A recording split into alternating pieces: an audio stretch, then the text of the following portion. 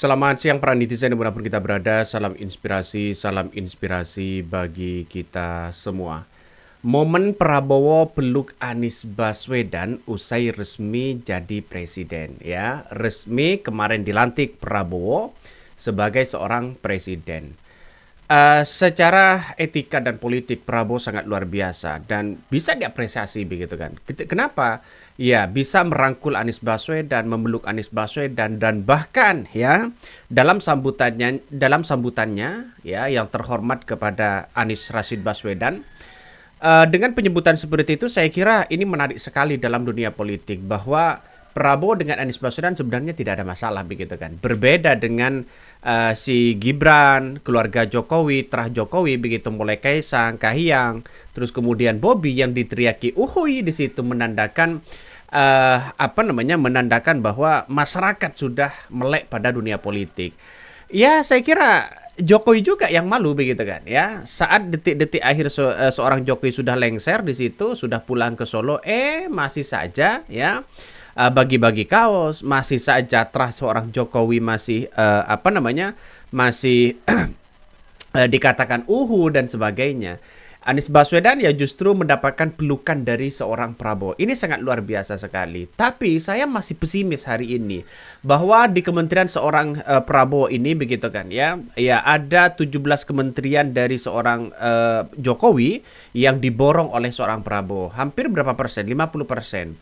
Saya menganalisa bahwa koalisi Gemoy di situ begitu kan belum tentu mereka menjadi efektivitas roda pemerintahan dari seorang Prabowo.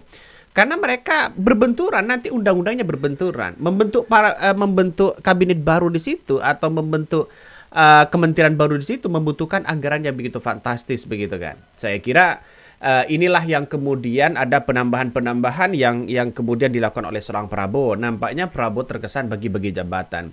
Dengan adanya pidato-pidato seorang Prabowo ya sudah berkelakar di situ begitu kan menunjukkan bahwa seorang Prabowo di situ siapapun menteri-menterinya yang tidak bisa bekerja kemudian yang memainkan korupsi itu saya kira akan dipecat oleh seorang Prabowo ya menurut pidatonya ya panggung depannya begitu nggak tahu panggung belakangnya apakah melempem atau bagaimana begitu kan.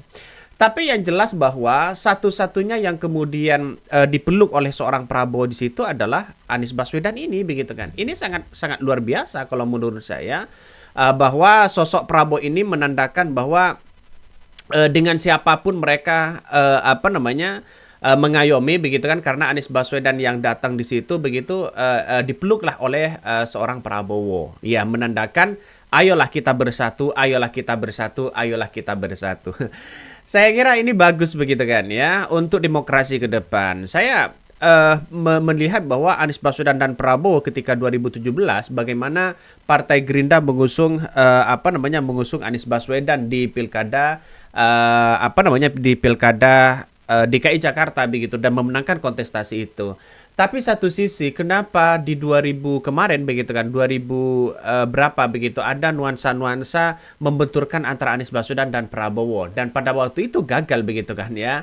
Dan bahkan banyak yang dituduh kepada Anies Baswedan. Padahal Anies Baswedan dan Prabowo tidak ada masalah sedikit pun di situ begitu. Ini hanya gorengan-gorengan orang-orang di luar sana saja begitu kan yang mengatakan bahwa seolah-olah ada nuansa-nuansa nuansa-nuansa dijadikan sebagai alat-alat saja begitu dalam artian bahwa kepentingan-kepentingan dalam dunia politik saja. Tapi ya sosok Anies Baswedan ini sangat sangat menandakan bahwa di sekarang ini begitu kan ya karena Anies Baswedan menjadi oposisi begitu kan tidak gabung kepada pemerintahan Prabowo semoga saja konsisten dengan oposisi itu. Saya berharap bahwa ya dalam hal ini bahwa Prabowo itu mengayomi ini semua. Kalau toh pada hakikatnya nanti ada nuansa-nuansa yang kemudian dimainkan begitu kan ya ada nuansa-nuansa yang kemudian salah satunya yang menjadi indikator begitu kan bahwa Anies Baswedan gabung. Nah, inilah tergantung dari pendukung-pendukungnya. Nampaknya saya yakin dan saya yakin-yakinnya Anies Baswedan tidak akan gabung begitu kepada Prabowo Gibran. Saya berharap ya bahwa oke lah kita menyambut Indonesia Emas.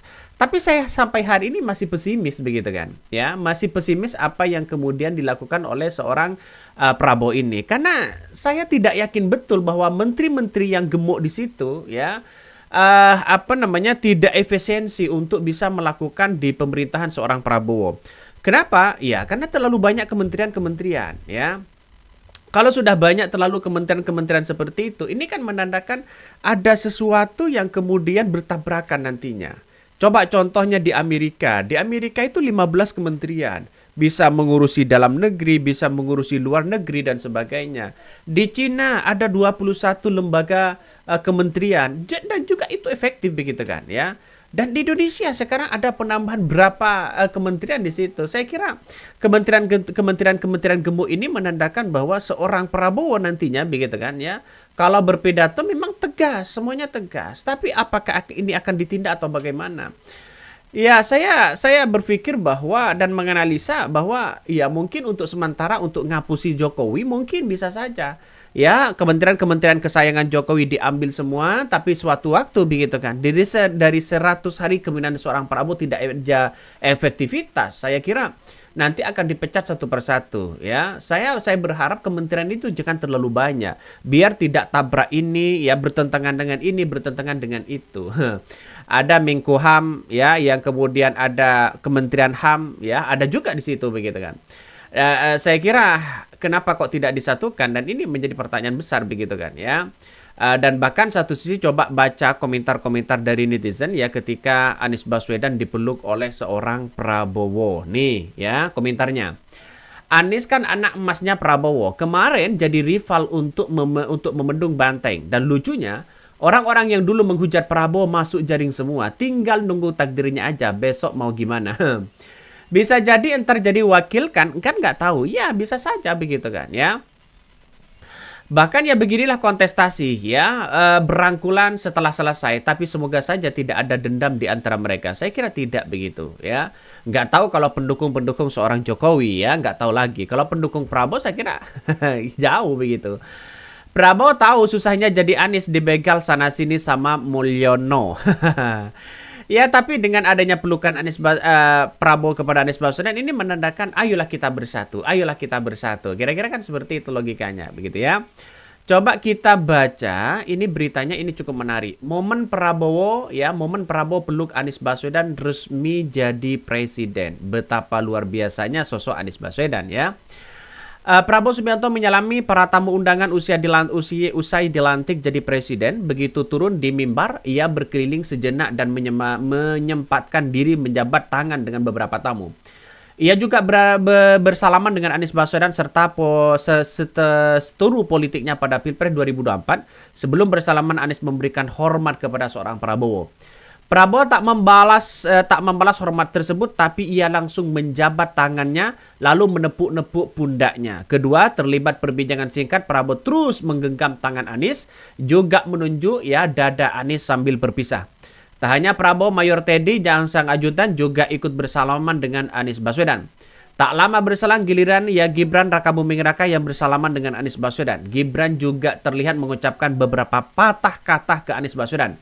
Sementara itu, setelah dilantik ya, Prabowo dan Gibran kini telah meninggalkan kompleks parlemen sekitar 12.20. Saksikan dalam hal ini kita tahu bahwa persoalan-persoalan politik begitu kan ya, yang kemudian Prabowo sudah berpidato di situ begitu kan, sudah menunjukkan bahwa yang disorot itu pasti Anies Baswedan karena Pak Ganjar tidak hadir. Yang disorot itu adalah tetap Anies Baswedan. Kenapa bukan Ganjar? Bukan Gibran. Justru Gibran dan Kaisang malah diteriaki begitu kan ya dari para hadirin di situ. Ini kan menunjukkan bahwa berakhirnya seorang Jokowi di situ. Nah, ya tinggal mungkin dinasti politiknya kan tinggal Gibran begitu kan ya. Kalau Prabowo sudah mengunci ini semua, saya yakin dan saya yakin-yakinnya bahwa Gibran tidak akan muncul lagi di situ. Ya, dalam artian dikunci ya, dijadikan ban serep ya, tidak bisa ngapa-ngapain begitu kan. Tapi saya salut banget ketika momen Prabowo dengan Anies Baswedan berpelukan. Mungkin itu yang kami sampaikan ya, tonton terus channel Hodari Podcast Rakyat ini, jangan lupa di-subscribe.